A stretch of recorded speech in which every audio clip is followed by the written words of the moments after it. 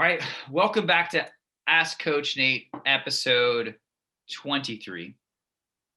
And we decided to title this one, Don't Panic, How to Stay Calm and the Value That Will Bring You in Racing and Training.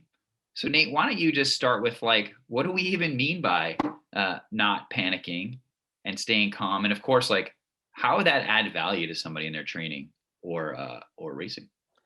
Yeah, so I feel like the idea, like the benefit of not panicking can be manifest in like multiple different scales. So short term, if like a car pulls out in front of you, it's much better to like stay calm and just like adjust and be safe than to like panic and just like hit the car. Likewise, if you're racing, if something bad happens, a lot of times like if you get a flat at the wrong moment, like you might just be out of the race. But sometimes something tactically happens and like you miss the break or you get dropped because there's a crash that happens in front of you and maybe you're not involved with it, but you're like gapped off. And sometimes you can't make it back, but a lot of times you can, and you might even end up winning the race or getting a good result if you just stay calm and apply your effort in a smart way and stay relaxed and just respond to the situation without losing track of what you're capable of doing that day. And the same in training. Like if you see that a race is coming up, you don't want to just like throw everything out the window the last, week or two before the race, or change your diet entirely in the last day or two before the race just because you're really excited about it and you're nervous about it. Like you want to rely on the skills and abilities that you have to do your best in the given situation, and you want to stay calm so that you can best implement what you're capable of rather than giving up everything that you're capable of because you just lost track of what you're trying to do because you panicked. Like panicking and getting overexcited is almost never going to give you the best result, whether it's like short term or long term. Have you gotten a flat and then gotten back in the race and won? Um, Let me think. That definitely might have happened, but I don't. It never worked for I me. don't I don't remember. So I mean, like in pro races, like you can get a wheel change. So like I'm sure that I've flatted and had it have no impact on the race result. But I do remember though, the San Dimas stage race one year. I was in the pro race. The circuit race is the second day. So there's an uphill time trial, and then there's a circuit race that's on like maybe a 10-mile loop, but it's really fast and it's like rolling. And then the last day is the crit. So like I didn't crash, I didn't flat, but somebody crashed right in front of me and like I got caught up in it. And so I got dropped from the group, but I just kept my head, and it was only like, I don't know, maybe the second lap out of like 10 or 12. So there was still a long ways to go. And I was like out of sight of the group, but I chased back on over the next like 10 or 15 minutes. And I was surprised. And it's like, you don't know, like that type of thing has happened multiple times where like, I've gotten dropped, or like maybe I slid out in a turn, or something happened where you're no longer in contention and you think that you're maybe out of the race. But multiple times I've been back in contention, and sometimes have like won when I like missed the break, and then the race kind of evolved over the next hour or so, and things can change and happen. It's like you never want to give up. Like there's multiple races where like I feel like I shouldn't have won, but I just kept doing my best given what I was aware of in that moment with like the race circumstance. I don't know, it's fun. Yeah. So that makes sense. I mean, obviously, like if you panic, you're not gonna do yourself any favors to get back into the race. Well, why don't we talk about this in relationship to bike handling, right? I mean, you mentioned the car issue. I mean, I know I've seen that in when I ride a bike, that obviously panicking, I think, is what causes a lot of crashes. That Yeah. you're pretty stable. You got to do, if you do any race training or if you watch pro videos, like they're aggressive, they bump into it, they touch each other, and you're pretty stable. Yeah. It takes a lot actually to crash. I think it's when people get nervous and they cause the accident.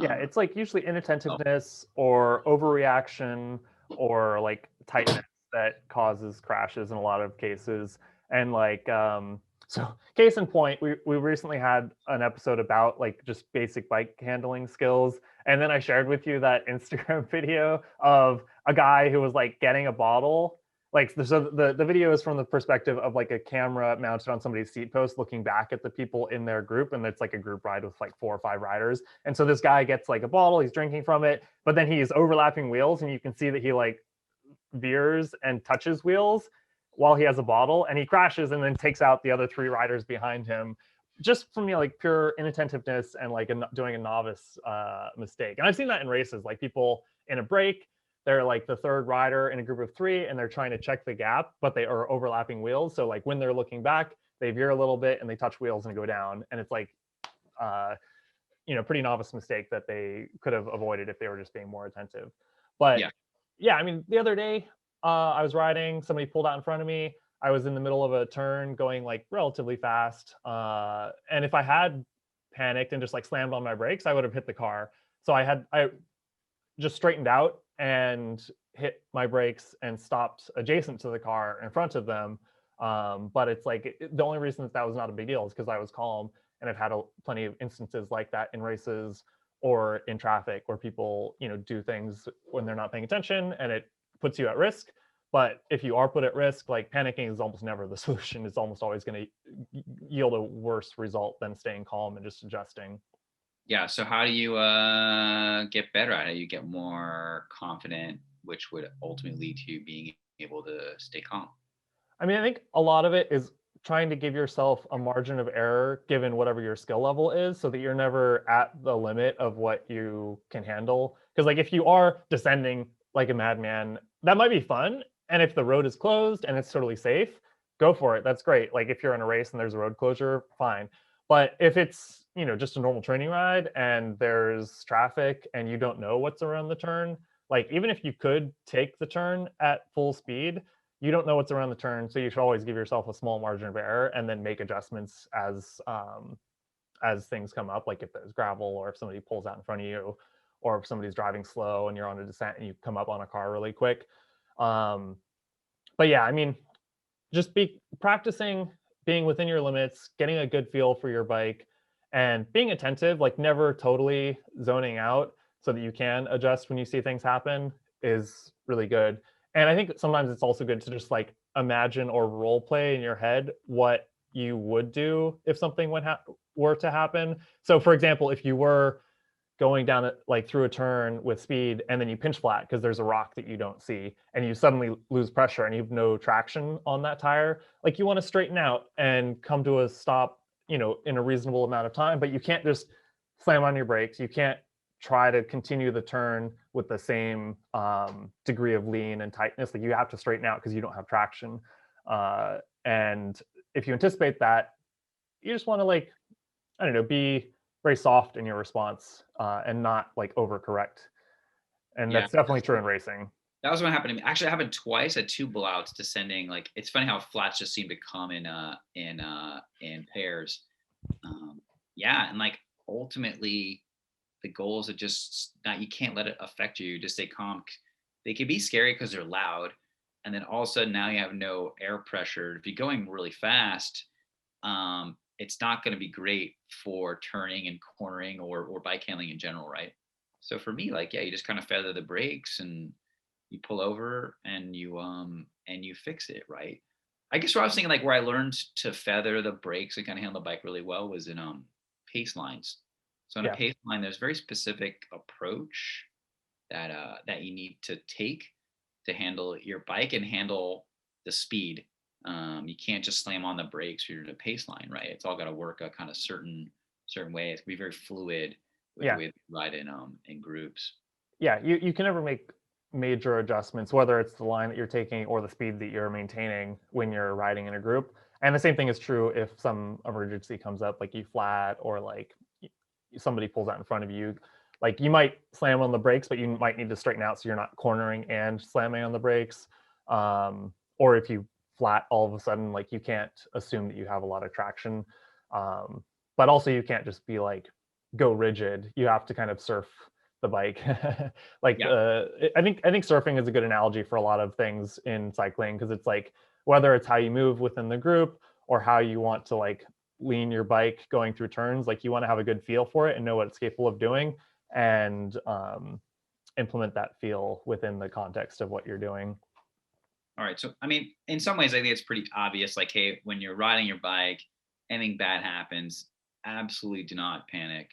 Try to go with the flow, slow down, do whatever you need to do to stay upright, and pull over and correct the mechanical or the issue or whatever. Right. I think that's Yeah. actually really straightforward advice, and obviously, you gain that comfort level through lots of practice. Yeah, a lot What of about like practice. in your fitness or other aspects? Like where does not panicking play into it? I mean, you described how people perhaps they're coming up on the race or the event and they start to like do all kinds of irregular Yeah. or like make really wild changes to their program. Like where are other places you see people panic, and what would you tell them to where would you suggest it? What would you suggest they do to help stay calm? Yeah, I feel like that's something that comes up a lot is like people are anticipating a race, and even if they've known about it for like weeks or months or longer, like as you get closer to it, you're really excited, you are nervous about it, you want to perform well, and especially if you've known about it for a long time and it's like maybe one of the highlights of your year, you definitely care a lot about it and you want to do your best. So that there's like a lot of emotional investment there, and that I think increases the likelihood that somebody will, I don't want to say freak out, but they'll just be like they'll get dizzy with the thoughts about like what they should or shouldn't be doing, and so they'll adjust their diet, they'll adjust their training, they'll lose sleep over it because they're nervous leading into whatever the race is or the event is. And I think that um, especially with like newer athletes who aren't as experienced and who don't have like a sense of calm when it comes to racing, I often will try to help remind them that they've done a lot of good training, they've done hundreds of workouts, they know how to eat, hopefully to like do a good workout, they know how to eat to recover, they know what they need to do like the day or two before a workout so they can go to it feeling fresh. And it's like a race is hopefully no different than any one of the like hundreds of hard workouts that you've done in the months leading up to it, except that maybe you just are 20% more recovered and you're a little bit more motivated to really squeeze out every last bit of effort on race day. Because it's not, there are some workouts where you really want to go like full gas and do your very best effort, but most workouts aren't quite that level of intensity. So it's just 10% harder effort and maybe 20% better recovery, but everything else stays the same. You just like keep your same routines that have worked well for you for all of your previous workouts. And any experimentation should be done in training. So if you want to practice eating a little bit more on your rides, if you want to practice a different like pre-workout routine, so your like warm-up ride the day before your hard workout or your long ride on the weekend, you can test that out. You have weeks and weeks and months to like practice that beforehand. You don't want to throw everything out the window in the last week and drastically change things. Like if anything, keeping the same routine is going to be better than changing things drastically. I know it's funny how it also it's very emotional, right? Like because I see people who seem or are reasonable and are like pretty calm about what they do. And then when they get to like race day or the day before the race, they like do all kinds of it's crazy things, right? I think it's very natural. And so one thing I would recommend people do is like try to do multiple events, because if everything is pinned on this one event, it is exciting and you do want to do well. And so that can just be difficult to handle emotionally. So you have a more long-term outlook. It's like, hey, I'm gonna do this race this weekend, and then I got one in 2 weeks, and so you can like learn from your mistakes and progress. I think that's maybe the most practical thing people can do. Yeah. And I think there's a number of ways to both recognize that you want to do your best, but also that that particular event is not the be all end all. And if you're like getting into racing, like you don't have that experience, but that also like you can view it as a way to like take the pressure off. It's like, oh, this is my first race. I could do 100 more over the next like few years. So there's no pressure. Like I literally just want to go in, stay safe, not crash, put in some effort, learn how the field moves, learn some tactical stuff, and just like watch and experience. And maybe if things work out, you'll have a chance to do well. If they don't, like there's no pressure. It's like your first race. If it's your fifth race or your 10th race, it's the same thing. Like you can keep maybe trying some stuff, but also try to be learning and try to stay safe and just get more experience and get more of a feel for how to like read the race and how to put in your effort. And then if you're like at a high level where you've been racing for 5 years or 10 years and it's like the district championships or the national championships, like that might be a really high profile event, but you've done probably at that point 100 or 200 races, and you can't get caught up with the fact that it's like it's very high profile and you care about a lot, you care a lot about it in your own head. Like that's good to focus your effort, but you can just take a deep breath and remember, I've done 100 races, I've won, 10 races, or I've been on the podium or whatever it is. Or even if that's not the case and you're doing like a time trial, let's say, and your goal is to get in the top 10. Like you're not trying to win it, you're not trying to like be on the podium, you just want to get what for you is a great result. Like you've done so many hard workouts in the months leading up to it. You've done so many race days that you're just going to go out and do your best, just like you've done hundreds of times before. So you can derive a lot of confidence from knowing how your workouts have been going. You know what you're capable of doing. You know what it feels like to go really hard. And so I think it can take a lot of pressure off to remember all of the successes that you've had and all of the times that you've effectively implemented really hard training. I remember the first time that I won a race as a pro. It was an uphill time trial at the Joe Martin stage race. And it was a perfect kind of uphill time trial where it was like a moderate incline. So it was pretty fast. It wasn't a race for like a pure climber where it was like, it wasn't 10%. It was probably like a 5 or 6% average for the, like, I forget if it was like 9 minutes or so. And it was like, I could see on the profile, like this is a perfect type of event for me to do well. And we pre-wrote it like a day or two before, and I like knew what to expect. And I was like, man, I really hope I do well because I know this is like perfect for me. But I also knew that I wasn't like in perfectly peak shape. It was a week before we went and did Tour of the Gila, and it was like 3 weeks before we did TOC, Tour of California. And so like I was getting into peak shape, but I wasn't quite there yet. And I felt a lot of pressure, but I was like, well, what can I do? Like I can just warm up, do my routine, put in my best effort. I know how to go hard for 9 minutes. Like I've done that 1,000 times over the last decade. Like there's no pressure. Like there's a lot of pressure, but there's also no pressure at the same time because it's like I know exactly what I need to do, and I'm just going to do my best to do it. And if I get first or 10th, like as long as I did my best, that's all I can hope for. And I think that if you have good training and you have good practices, just keep doing the same thing that has been working well for you. So I think the other thing I see a lot is people do weird things with their diet for a lot of reasons. Yeah. Like it's maybe somewhere where the food they don't typically eat isn't available, or I think in like the marathons and some of the running races, it tracks a lot more amateurs, and so all the time I see people who they just start eating a bunch of food because it's one of the sponsors. And so in addition, like eating a bunch of food before or a bunch of drinks before the event is typically not a good idea unless it's how you always train. They get excited because they're free. And so there's a whole bunch of dynamics that I've seen that happen too, where people, they eat things that they're not used to, or they eat more than they're used to on race day.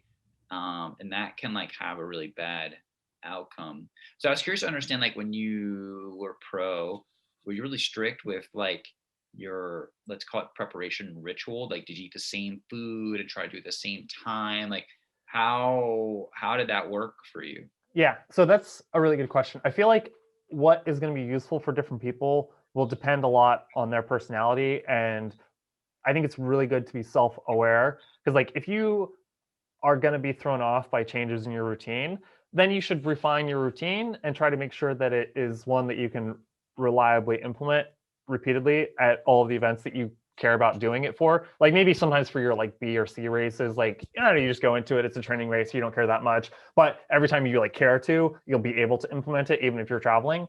For me, I'm generally more relaxed. Like I can get nervous about races like when they're happening, and I'll be like really not nervous, but like really excited and like extra fired up when I'm racing. Even sometimes when I'm watching pro racing, like I get really excited and I can like feel my heart rate going up, and I'm just like kind of tingly because it's like it's exciting and I know what it feels like to be in the race and like to attack and like counterattack and try to like try not to get dropped by somebody who's attacking. Like all of that is really exciting for me. But when it comes to my routines for racing, like mostly I have an idea of what I want to be doing. Like I want to, eat a certain distance out from the race. I know that I want to warm up in a certain way. I know that I want to like maybe have warm clothes as I'm warming up because it's cold in the morning, but then I want to stash them when I like go to the start line.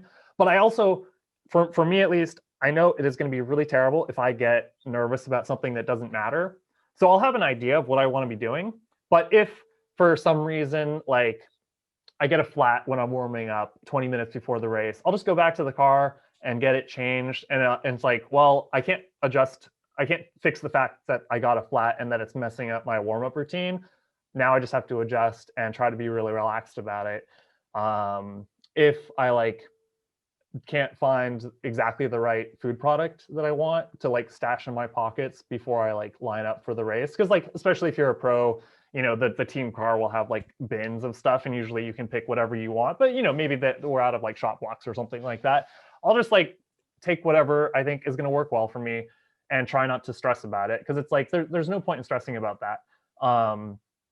Likewise, like, if they have a drink mix that isn't to your liking at an endurance mountain bike event, like you shouldn't freak out about it. Like you'll see people at events like that freaking out because the drink mix isn't right or because somebody's not fast enough at like switching out their bottles. And it's like, that's doing nobody any good. Like you're probably slowing them down by freaking out about it in front of them.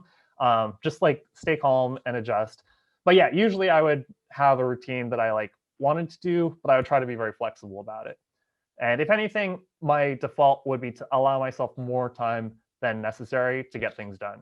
Because a lot of times things just take longer than you expect. It's interesting. I'm fairly rigid, uh, and that's just how I am. So like, yeah, I always will bring like a way more bars than I need, and to bring like with food stuff too. I always just bring everything because like I just don't want to deal with. Just don't want to deal with it. I don't want to think too much about it for some reason. It does because like some people are very particular about it, and for me, it's more like I just don't want to have to think about it. And even like with the food I eat, I thought about the other day because I don't think much about it. I just eat even the same flavors. Like I don't try new flavors. Like I found stuff that works for me, and I know exactly what I like and how much I need, and it's because I'm just that kind of very OCD. Like I mean, I spent years with a food diary. And updated it every day for years and years and years. And then I got to a point where like, I know exactly how much food I need for any kind of training event, whatever I'm doing. And so I just know it by heart. And so I know exactly what to bring. And I don't do anything outside of the norm. I basically won't eat any food or drink anything that I didn't bring. Yeah. And that's just kind of my rule. I guess I've never participated in an event so if the event's really long, then like I'll just drink extra water or something like that. But you can get tablets. And so those are light to carry. And I've even been on like ultra rides where I had to just bring like a canister of tablets with me to get the drink mix that I like. So there's actually, I thought like simple ways to solve for that if that's important to you. And that way I didn't have to even think about it. Yeah, I think, for local events where you have control over like your equipment and your food and everything like that, I think it's really good to just like have everything ready the day before, have the same thing ready every time. And maybe you don't know the venue because you haven't done the race before, so you don't know like what the warm-up area is like. But just bring a trainer so that you have like you're able to warm up well, whether you're on the road or on the trainer, and have the food that you want. But sometimes, if you're at an event where like there's added constraints, or if you're riding with a team and they have like team supplies, sometimes you don't have total control over things. So I find that a degree of flexibility and like not being anal can be helpful if you know that you don't have total control over everything. Well, you would hope with the team that you were trying the food products in for sure. But like you're trying to like. But it's like maybe I can't have like chocolate gels because we're out of that flavor or whatever. Like that kind of thing is like trivial to me. I would complain. I'm like, this doesn't work for me. It's got to be. But so okay, like, going back to this, like not panicking and just keeping your head on straight and doing your best effort. I remember, I want to say it was like maybe 3 years ago. I think Rohan Dennis was doing the World Time Trial Championships, and yeah, for some reason his GPS head unit was misplaced, and so he rode without having anything to look at. And I think if I remember correctly, like, so I don't want to speak poorly of Rohan Dennis if this is incorrect, but I think afterwards he said that it like really threw him off, and he was like pissed because he couldn't stare at his power and do like exactly what he wanted to do. And I was like, come on, man, like don't be don't be thrown off by the fact that you don't have your GPS computer. Like you've done so many workouts, you know how to go hard for 40 minutes or 60 minutes. Like just do that. Like it's not, nothing has changed. You just can't look at your power, but you can still do your best effort for an hour. Like you shouldn't need your power meter to be able to do that. And like, how is it that you don't know where your GPS computer is? Like that's your thing. Like you should keep track of it. You can't like complain about that. Like that's an obvious, easy thing to remedy by just like not losing track of it. I was surprised that somebody at that level would be so thrown off by like allowing that to happen in the first place, and then being so thrown off by it in the second place. Because I feel like I've had years where like I wasn't able to race with power, and it's like I would much rather have a power meter on all of my bikes. But it's like if you don't have that, like you still know how to respond to the race situation. You still know how to like race well. Like actually both years that I was racing professionally and like getting paid to do it and doing like the high level races, like I didn't have power on my time trial bikes. Like I would have liked that, but it was fine. Like you just go hard. It's and I I did well. It wasn't like having a power meter on your time trial bike is a requisite for doing your best effort. I don't know. I just think it's funny. Like I got fifth at US Pro TT, not having power meter, behind some really good guys. So I feel like people let themselves get thrown off by things that they shouldn't allow to have such a disruptive influence on their performance. You know? yeah, I agree with you, right? It's like ultimately, sure, you want to have everything dialed in, and like a lot of people put a lot of effort into doing that. I'm one of those people, Yeah. but like sometimes things just don't go my way, right? There could be a lot of wind, or it could rain on your run on a time trial, right? There's all kinds of things that can happen, and so just being able to deal with that and deal with it effectively, I think is important. Like, I don't know Rowan Dennis personally, but from what I've read, he might want to take some advice about not panicking and just trying to stay calm and roll with the punches. And I think you'll ultimately get a better result, right? It's like there are things that are out of your control. So being able to try to deal with that and deal with that well, it's definitely a critical skill in like being a high performer in whatever you want to do, right? That's why I thought the early examples about bike handling and like staying calm, like that is clearly the most important thing to handle your bike well and avoid most most crashes, right? It's amazing like how many things you can avoid and what you actually can recover from, right? If you panic, you're definitely not going to recover from any of those things. And I was telling you earlier, like that's even my experience with cramps. I feel like there's a point of no return where if I can catch it early and I just come down back a little bit, and I just mentally get to a place where I'm relaxed in my head, I can actually control for it and prevent some cramps from coming on. Cramps are a really particular thing. They're not very well understood, but I think there you have some ability to manage them, and I think there's some psychological and neurological element to it. Happened today.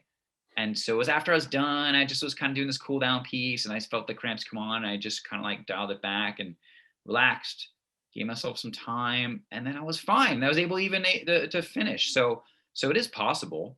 I think it really like comes down to just managing your stress and just trying to find a way to just stay calm. I think it's fantastic advice on and off the bike. Yeah, definitely. I feel like your story about cramping is like definitely rings true. And when you were speaking, it reminds me of the idea of choking.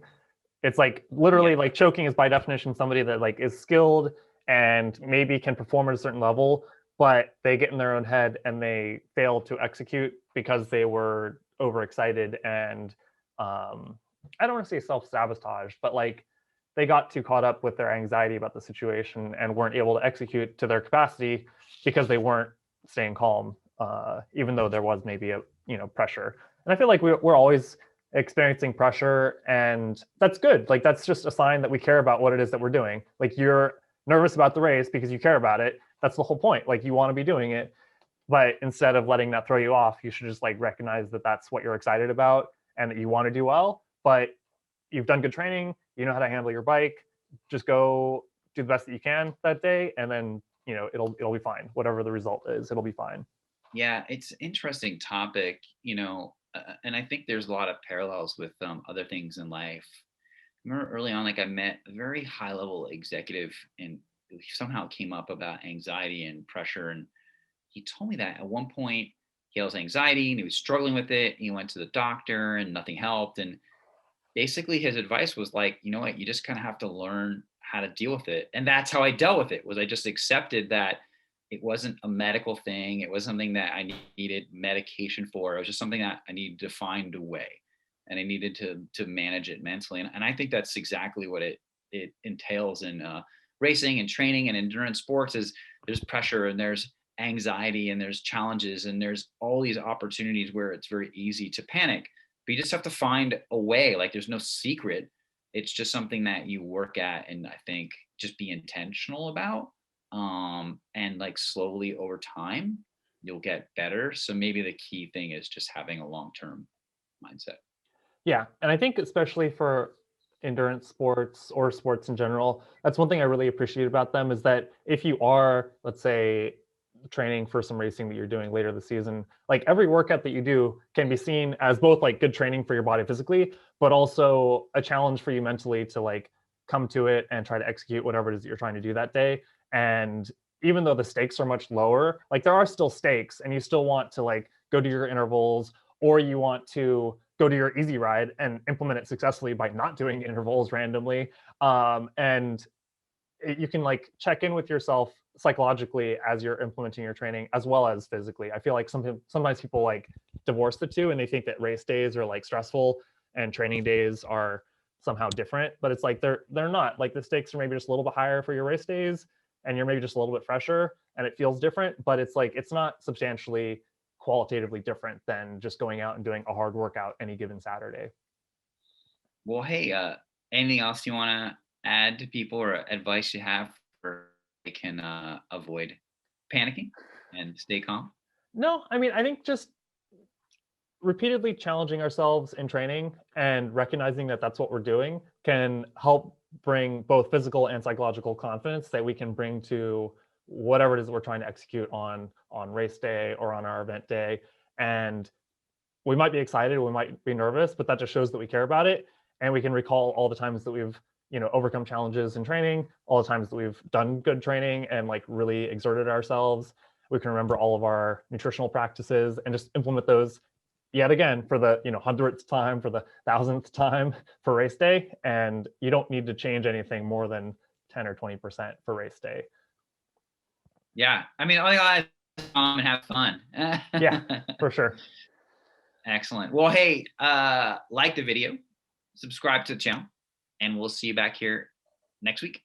Thank you. Thanks. Bye.